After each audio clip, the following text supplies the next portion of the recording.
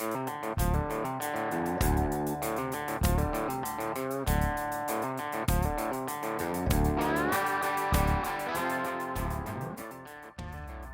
to episode number 83 of the National Land Realty Podcast, where we discuss all things land.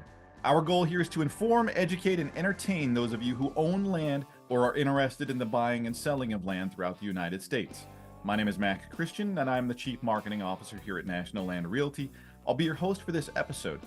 Now, today's a special treat. We're talking with Jimmy Riley out of Louisiana and Mississippi. He works as an agent in both of those states. And Jimmy is better known as one of the cultivators of one of the more famous deer hunting habitats in all of Mississippi, Giles Island. It's an area that used to be a guided hunting island, now has been taken private. You won't get a chance to be hunting that anytime soon. But Jimmy is here, and he happens to have forgotten more about land and deer than you and I will probably ever know. Jimmy is talking to us today about buck-to-doe ratios, how those affect the growth of the herd, and how you can cultivate a great population growth of deer on your land by working with these ratios. Now sit back and enjoy. Okay, I'm sitting here with the one, the only Jimmy Riley. If you've paid attention to social media with National Land Realty, you've probably seen his name pop up. You are quite active on the social channels. But we're here today is sort of to talk about something in your wheelhouse, which is deer management and land management revolving around deer.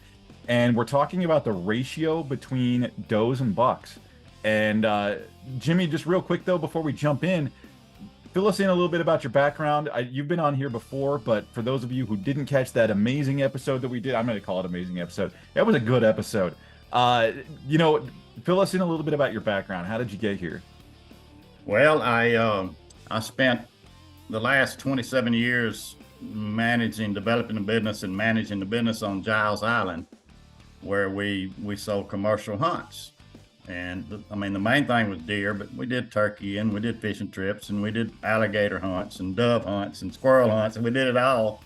If it was a living animal over there, we were hunting it for pay, So that's what I did for 27 years. And then we got a new owner over there, and he didn't want to do the commercial hunting, so I was out. So I had to come up with another career, and had some friends of mine said, "Hey man, we want you to come sell hunting land with us." And I never saw it coming, but the more I talked to him, the more it made sense. And I love it. I really do. Been doing it for 6 months, 7 months now. And I love it because I'm still in the woods and I'm still with the hunters and I'm still talking the lingo and doing all the stuff. And I feel really blessed to be where I'm at in this stage of my new career. And when you're talking about managing Giles Island for 27 years, I feel like that passed as a footnote. You started a raggedy old island that didn't have any kind of management to it, that was just full of deer, and then built it into one of the premier hunting destinations of the United States within a short amount of time. And it improved from there. You've been a guest on, I don't know how many hunting shows you've been on, showcasing that property that you built up. You've got more than a little bit of experience building up landscape to hold record-setting deer and, giant deer populations. How did you start that? What was sort of your process? And I know we already talked about this a little bit, but I just want to overhead view. What did you take it to, and where did it end up? Well, when I got there, they were shooting 16-inch spread, at least 8 points. That was the rule. And that's something. And back in the day, that was a lot, because there wasn't a lot of deer management going on back in 1996. So, but we tweaked it over the years, and we upgraded those shooter requirements, and really with a lot of discipline. And all of the hunts that we sold over there were one-on-one guided, and that was our niche. It was easier for me to train 12 guides, or really had 30 on the roster, than what we needed to shoot, versus the 380 hunters that we took in every year. So that was our niche, and that's what worked really good for us, providing consistency with big bucks every year. So a lot of restraint and a lot of discipline. And it was a good run, man. And that's the part I'm gonna miss the most, uh, is not being there to raise those big deer. That's what I enjoyed the most. We did it as a team. It was a team effort. Everybody got on board and everybody bought into what I was trying to do, and it worked, man. It worked really good, and it was a good run. And we killed a lot of good ones every year. So it's Well, yeah. Go ahead. I was going to say, now you get the role of taking almost 3 decades of experience in wildlife management, and you get to apply that to current landowners and people looking to acquire their little piece of heaven. And so you get to help people with all of that experience that you have now apply that to their properties. And I think that that's really cool. I mean, that's something where you get to relive that kind of experience over and over and over with clients now as a consultant. And so let's kind of jump into the topic here. We're talking about ratios that you want to shoot for when you have, deer on your property. And this is for cultivating large populations or cultivating large bucks. Yeah, both. Both. Okay, there we go. Both. So yeah, it's a combination of both. So as landowners, recreational landowners, we want to get the most out of the land that it has to offer. So I mean, if we're a duck hunter, we want to be able to go out there and kill the limit every morning. Okay. If we're a turkey hunter, we want to go to our property and at least hopefully hear at least one gobbler on our property that morning. So from a deer hunter's aspect, we want to see our deer. We want to be able to see those bucks we've got on trail camera during the daylight, and we want to kill as many big mature bucks on our property as we possibly can. So the one thing that a landowner can do to accomplish those goals, and it's the hardest thing to accomplish, is to achieve a 1-to-1 buck-doe ratio. If there's one thing a person can do outside of the supplemental feeding, outside of the food plots, outside of all that stuff, this is one thing. And we're going to, I've got some notes here, and I'm going to try to break it down for everyone on why it is so important to achieve a 1-to-1 buck-doe ratio on your deer hunting land.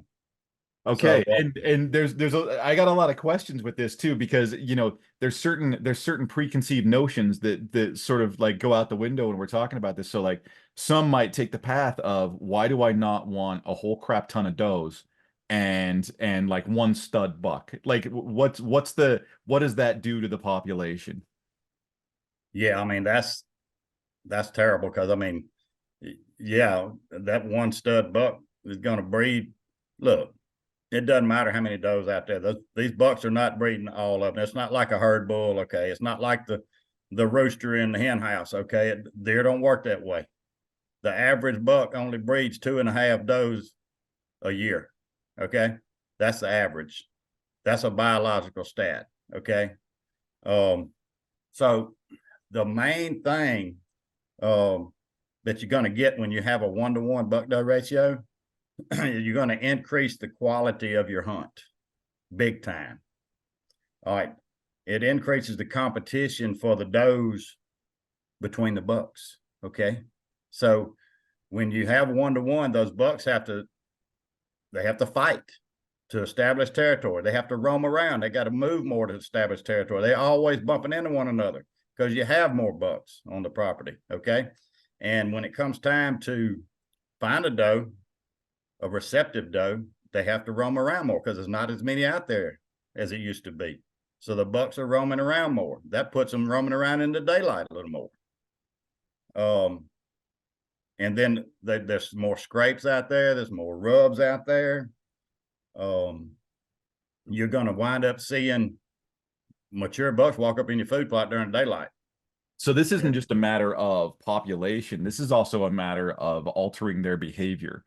So when you have a 1-to-1 ratio, and we'll break it down for those that even like are not as familiar with wildlife, right? Like when you have just a few bucks and they kind of get their pick of whatever doe they're chasing, bucks a lot of the time in non-season, they kind of hunker down and they become very nocturnal. And you get to the ruddy season and they start bumping around a lot, but they'll still maintain a lot of activity at night and not as much during the day.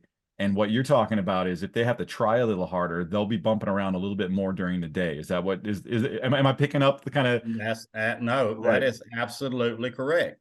And all of us that are sitting out there, and I'm as guilty as the next person, not shooting my share of does. Okay, I'm not saying I'm all that, because I'm not. We're all guilty of it, right? So, Yes. but running that business over on Giles, I had to do it, and we had hunters every day. You got to have hunters to accomplish this. Okay, you can't do it weekend warrior stuff. It's not hardly going to get it done. It's hard to do it because, the hunters, they coming in, they get there on Friday, probably don't get a time to hunt Friday. So they hunt Saturday morning, Saturday evening, and Sunday morning. Then they got to drive back home. They don't want to waste one of their hunts. They think going to ruin their hunt if they shoot a doe, they're buck hunting. So that's what happens. And it's a snowball effect, and it just gets worse and worse. So, but here's what happens when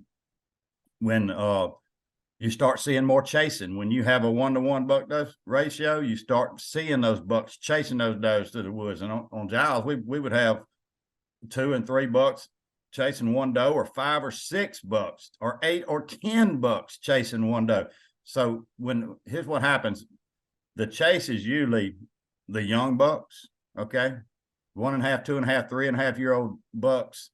And because that old buck, when he finds a receptive doe, she takes him into the thicket, and she goes into the thickest thing she can find, and she just lays low. And he's just sitting there staring at her the whole time. They might nibble around and feed, but until she gets ready. All right, that big old buck, he done been there and done that. Okay, he knows if he pushes her too hard, that here goes, they're off on the chase, and he's having to exert himself. Them old deer they do not like to exert themselves. They're just like us, why run if I don't have to run? So, but here's what happens when some other bucks come in there to try to steal her away from him. That's when the chase starts. Okay. So you start seeing more chasing when you have this 1-to-1 ratio, because those younger bucks couldn't find their own doe. When you've got a bad ratio, like 4 does per buck, well, you're not seeing any chasing. Why? Because every buck's got their own doe off in the thicket. Lockdown becomes sure enough lockdown. You never see them. They do all this, most of this at nighttime anyway. 85% of it's at night. So another thing that happens when you get a 1-to-1 ratio, calling starts working. Okay, grunting, canning, bleating, rattling. It starts working in the pre-rut. Okay. You're still going to have they're still going to be in that nocturnal mode, October, November, mostly, unless you set up on a good food source like a persimmon tree or a honey locust bean, something good, nice food plot, and all your deer are happy out there. But when that pre-rut starts and you got a 1-to-1 ratio, you can call those deer up. I can't tell you how many hunters I've had come on Giles Island and say, I couldn't believe it, man. He hit those horns and 3 bucks came in there to us, So that's a big one. That's improving the quality of your hunt. Okay. So one thing you can do here, if I'm reading between the lines, is you can reverse engineer what's going on in your land without even conducting it like a massive trail cam study or something like that. If you're running the calls, if you're rattling horns, or if you're running a grunt and nothing's coming in, you might be looking at a situation where you've got too many does on your property or in your area because there's not as much competition and they don't feel the need to come in and fight. Exactly. No, that's exactly right. Everybody thinks it's just a southeastern deal. You can go out west and hunt, Nebraska, Oklahoma, Kansas, and you can call deer up out there. But they don't have as many deer as we got per square mile or whatever. We got an overload of deer down in the southeast United States.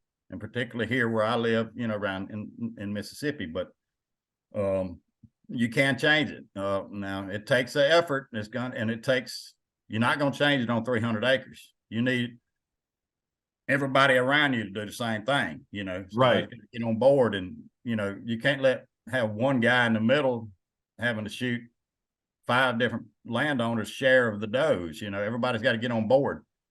But I'm just trying to relate how good it can be, because we did it on that, and we had a 1-1 ratio on Giles Island for 20 something years, and that's why we were consistently killing 70 bucks per year. Okay, sometimes we kill more than that, but that was because our neighbor wasn't shooting his share of management bucks, and we were taking them out too for him, and that was fine, because that was fine with me, because you know we had success with our hunters. I was going to say, what you just spoke to is one of the most important parts of managing your land, is making sure that your neighbors are on board with your management plan, because if they're not, it messes up everybody's plan. It does, and it puts more of a workload on one than the other, you know, but it's a tough deal, but it's worth doing it. I mean, if you want to get the most out of your property. Now, all of this we just talked about, it actually allows you to see the bucks you've got on trail camera. At night, you're going to see them during the daylight. If you get a 1-to-1 ratio, it's going to happen. Gotcha. Another advantage of having a 1-to-1 ratio is you are going to have way more bucks than you used to have. Okay. Because let me break this down for you. There's a thing called carrying capacity. The land will only support so many deer, okay? And you gauge it in a deer per so many acres, okay? So kind of like, I was going to say, it's familiar language to anybody that runs cattle, right? Like you know what the food holding is for that area to carry so many head. Yeah, so like you get into the river bottoms, the good river bottoms, like the Mississippi River bottom or Big Black or Bayou Pierre in my area right here. That's really good fertile soil, and it will support a deer per 9 acres. Okay. Now you get on off into some hill country where there's mixed hardwood and pines. You may have a deer per 15 acres on the best ground, maybe a deer per 20 acres. When you get off into some pine forest, really poor soil and all that, you may have one deer per 25 acres or 40 acres. Okay. So it's all relative to the fertility of the soil. All right. So if you've got a deer let's just run a hypothetical scenario here. Let's just say our ground will support 1 deer per 15 acres. And let's say we've got 1,000 acres. Okay. You divide that out, you got 66 deer. That land will support 66 deer. Okay. And say you've got 1 buck for every 4 does.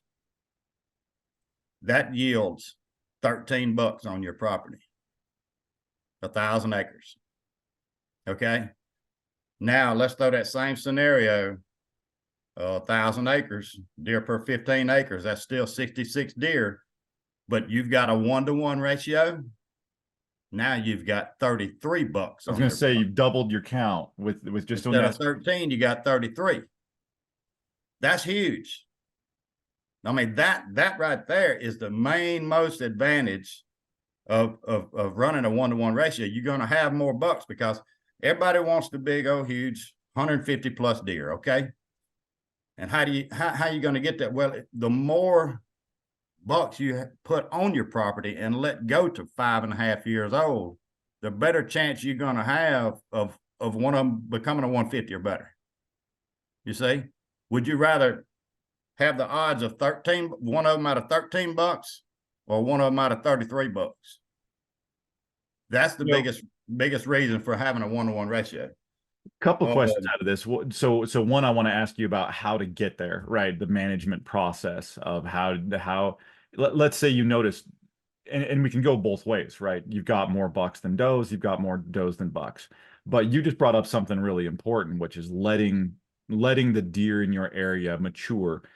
So I recently had a conversation with somebody, and I live out west, and so it's a lot of backcountry hunting and a lot of spot and stock, and the pickings are way more slim than what you find out back east. Y'all make me jealous on a consistent basis. But I was talking to somebody that had never hunted, and it was you could tell like they were trying to be conservation minded in the dialogue, but an obvious flaw in the conversation came up, and it was like, and I wanted to ask you because now it's relevant.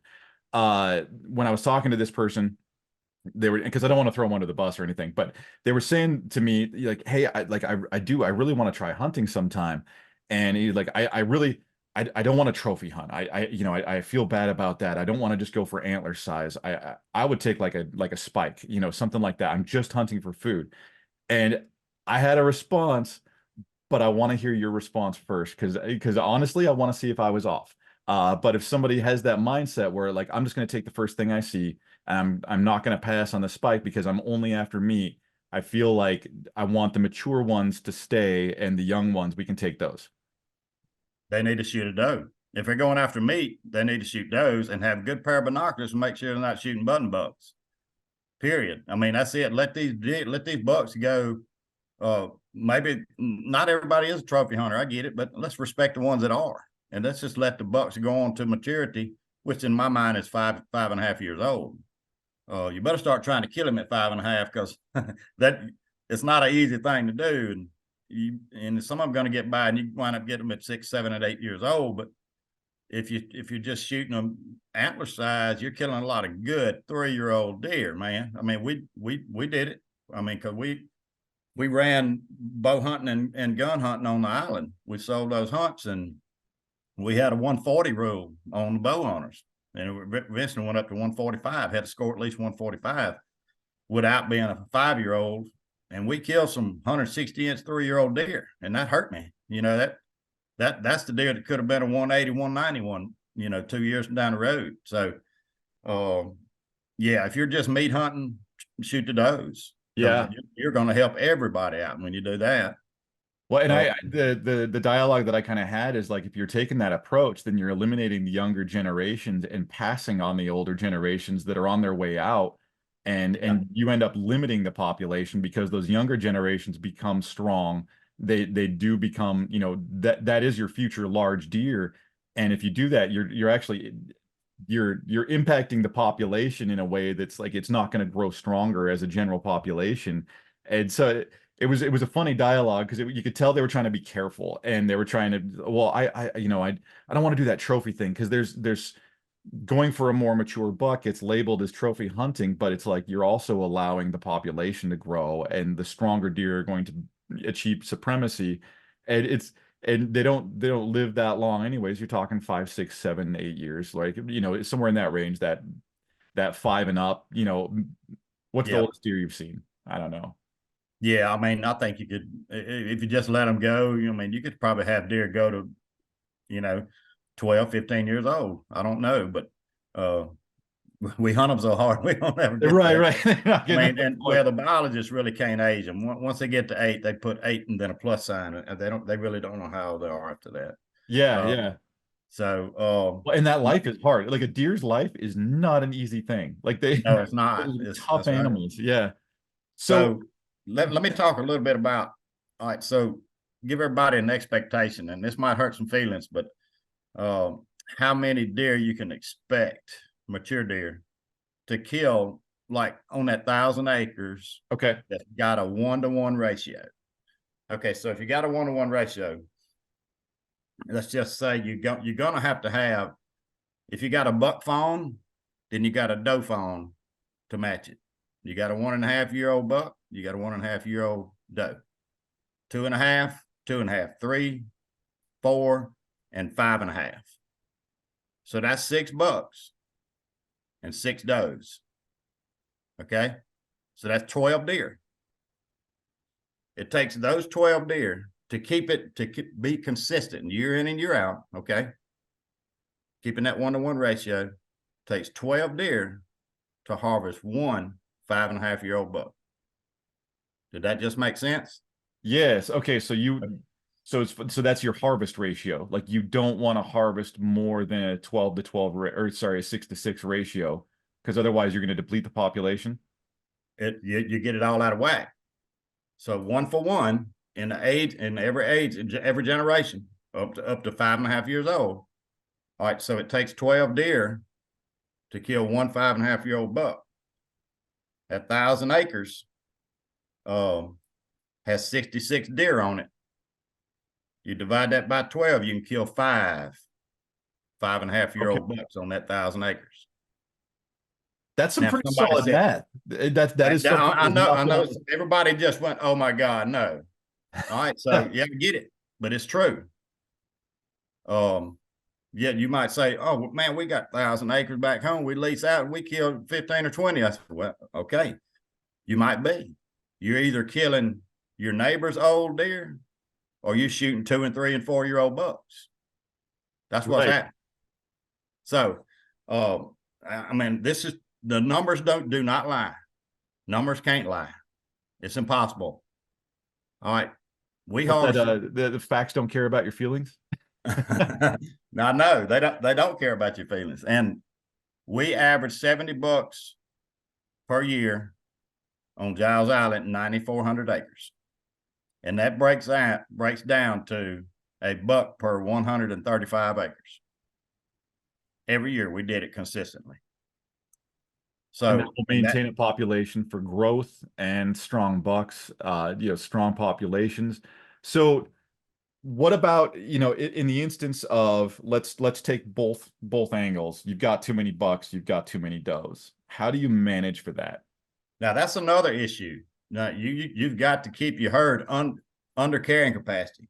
You want to be right there touching on carrying capacity to have the optimum number of bucks, so you can hopefully raise some good ones out of that. But you got to stay under carrying capacity to make sure they got all the nutrition that they need. So there's two things. You got to keep your total deer numbers down, but strive for that Okay. 1-to-1 ratio.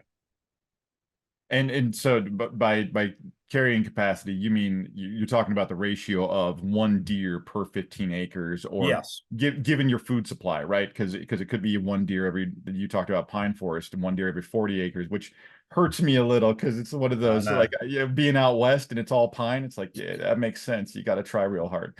But you could be down to one. You said in a really well an area with stream, lowlands, not as many hills, you can carry more, like, what'd you say, 8 acres? A deer per 9 acres. 9 acres, yeah.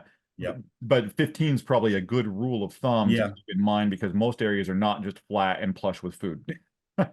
Right. Yeah, I agree with that.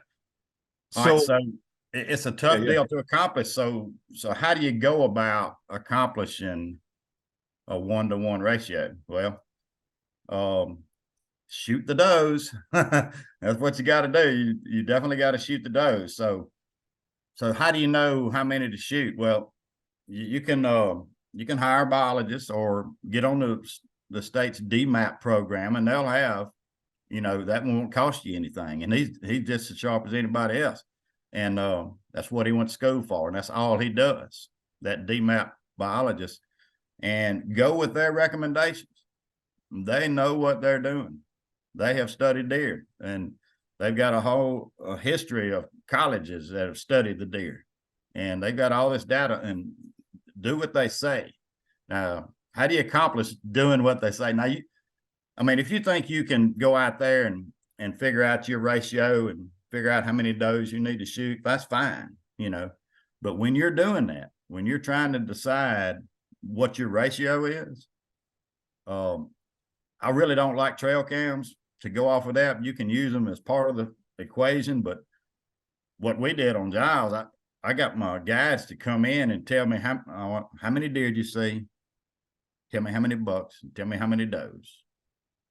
And we didn't. I said, do not count the fawns. When you go out there, do not count the fawns. Half of them are bucks and half of them are does. Gets low light, you can't tell that button buck out there 200 yards. So don't count the fawns. Just give me the 1.5 and older deer. How many bucks, how many does? So through a whole year's worth of that, and our deer came to our big destination food plots really good. I mean, we would have 75 to 100 deer in some of them every afternoon. So I had a good concept on where the ratio was and how many does we need to take next year. So if you You're get doing your this over deer over coming, a matter of time to where you, because obviously deer travel, right? And so but I mean, whitetail will pattern into a specific area and start. They'll be at certain places at certain times, given the area is not disturbed, and they'll kind of stick around to an area. But by counting your area over time, you get a rough estimate, right? Like, okay, there's more right? bucks here. Okay, nice. Don't use one weekend, use the whole year, Right, you right. know, because October, November, you're not seeing a lot of those bucks, right? They're nocturnal as all get out. You're going to see the does because they got to move around a lot because they got two fawns sucking off of them, right? Right. So, and you're going to see some young bucks because they're still growing. They got to eat more, to get body weight up. So use the whole year as a gauge if you're trying to decide yourself. Otherwise, That's go something with I a wanted to bring biologist. up. Yeah, Yeah. because you could imagine somebody going, I'll just do this myself and go out for a weekend and be like, I've got 20 deer. You're like, "Well, you might have 50, or you might have five and you just saw them twice. Like it Yeah. if you're going out the whole year, you've got to keep kind of a consistent patterning on doing that, which also kind of lends me to say that, like, your idea on using the state, using a biologist, that becomes really beneficial because it's somebody that knows more than you. Yeah, exactly. So, all right, now you decided. Say you decide, all right, we got to kill this many does next year. All right, how do you physically go about doing that? All right, so number one, just make that commitment and make sure that you're going to make it happen no matter what. You start shooting them October 1 or for us in Mississippi, whenever your season opens, that's when you need to start shooting them. I mean, it's better to shoot them early, and the reason it's better to shoot them before the rut comes is you've already decreased. Now you've decreased the number of does that the bucks have to offer. Your hunt's going to be better by increasing that competition. Okay, that's one reason for getting them out early. But it doesn't matter if you don't have your quota of does. By the time that rut gets there, keep shooting them. People, some people say, oh, you don't want to shoot a doe that's already bred. Yes, you do, because if you don't shoot her, she's going to have two more fawns next year. And now you got, it's a snowball effect, and it's The getting same worse and problem. worse. It doesn't matter. The main thing is to get your quota of does out of the way. Now, there's some other things you can do to help with that, because not everybody wants to shoot. Now, if you're running a club or you got guests coming in or whatever, and you're in charge, I mean, deer management is a dictatorship. It does not work any other way. There's one person has got to make all the calls on this thing, and he's got to hold everybody accountable. What you can do is have your hunters say, okay, you're not buck eligible until you shoot two does this year. And so they're going to start trying to kill them with that crossbow on October the 1st. I want to get to this buck. I'm going to go over here and try to whack two does right quick. So, and then you could, or one doe, or what, it just depends on how it works out. Two does or one doe before you're buck eligible. Then you got to shoot another doe before you shoot your second buck, or whatever, like something like that. An incentive. You got to incentivize your hunters to shoot them, to make it happen. You can also do some of these charitable type hunts. There's many nonprofit organizations out there that, Wounded Warriors or Catch a Dream, stuff like this. There's a lot of those out there, and they would be glad to bring some hunters in on your property to whack and stack some does. When, like Mississippi, you can use a rifle starting the first weekend in November and take a bunch of them out, and our pre-rut doesn't start till December. So that's a great time and a great cause and everything, and it helps them out, it helps you out, and you can take a bunch of does out in one weekend doing it that way. So, and what you just spoke to also is sort of, that's kind of where I was asking is what if you have the ratio off, and it's just to make sure it was said out loud. You take more of the opposite, right? If you've got too many does, take more does. If you have too many bucks, take more bucks, and try to get that ratio more in balance so that you get that activity that you're looking for. Yep, exactly. Now, I'm gonna throw something else out here. Are we That's hurting feelings really, again? it's really gonna, this one's really gonna ruffle some feathers. All It's gonna, right. yes. All right, here we go. So once you have a 1-to-1 ratio, okay, then all you got to do, as long as you're staying under that carrying capacity, is shoot 20% more does than you do bucks to keep your 1-to-1 ratio. Now, why you got to shoot 20% more? Because this is one that hurts, because it is a biological fact that 20% of all 3-year-old and older bucks die from natural causes every year. And that most of that death is occurred by brain abscess from the fighting. They crack their skull plate. And then sometimes when they shed their antler, they take a little pie-shaped piece of skull plate falls off with the shed. I've seen that a lot. So you're going to lose 20% of your 3.5 and older bucks every year. So therefore, you got to shoot 20% more does than you do bucks to maintain your 1-to-1 ratio. I was going to say anybody, the least surprised person hearing that would be my wife. Just knowing the behavior of males. Yeah, well, We do dumber things, right? I mean, it's just it's a biological thing, I think. It's true. I mean, we found you wonder why you had some trail cam of a certain buck and you never saw him again, and you know your neighbors didn't kill him. That's why he died. Gotcha. So, and it happened to us on the island. You know, we would pass up some really big 3.5, 4.5-year-old bucks, hoping they would be all of that when they got to 5 and never see them again, or we find them dead out there. But you gotta strive for 100%. And if you wind up with 80%, you're good. You know what I mean? Mm-hmm. I mean, you can't use these excuses just to go out there and shoot young deer if you're trying to raise 150-inch deer. Right.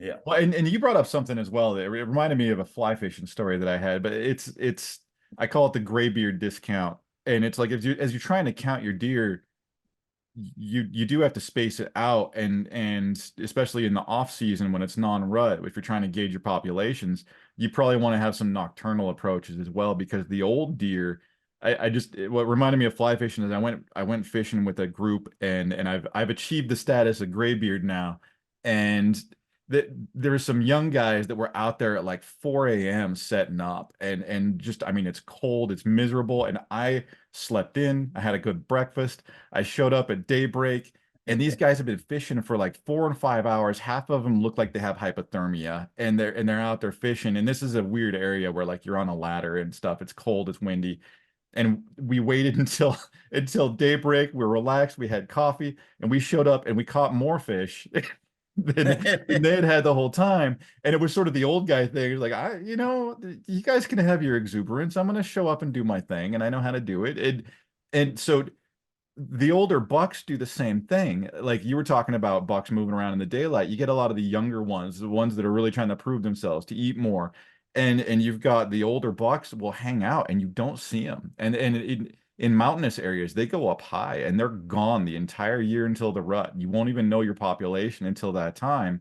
So there's an importance on taking a methodical approach and taking a long time to do this, because you might not have a true assessment. That's right. Yeah. You, my friend, are a 5-year-old buck. Right. I'm getting there. I'm getting a little long on the tooth now. So yeah. So yeah, that 5-year-old, he's usually nocturnal anyway, but when that rut comes, you want him to have to go hunt to find a doe. That's when you're going to see him in the daylight. Because he will sleep in and have breakfast, and if he doesn't have to go he very will. far, he won't. Sure will. Yeah. I hear that. So as you're doing this, is are you trying to cultivate the food to hold more? Like, does food have any influence on your sort of like your ratio, or is it just general population that you're trying to influence? Yeah. No, the food is only going to be, relative to the nutritional value that you're providing them. So, yeah. And I mean, if you run, some of these properties run protein feeders, all around every corner. And if you do that, you're raising your carrying capacity, I believe. But you got to keep it going. Now you can't stop and start that deal. When you make a commitment to do that, you got to keep it going.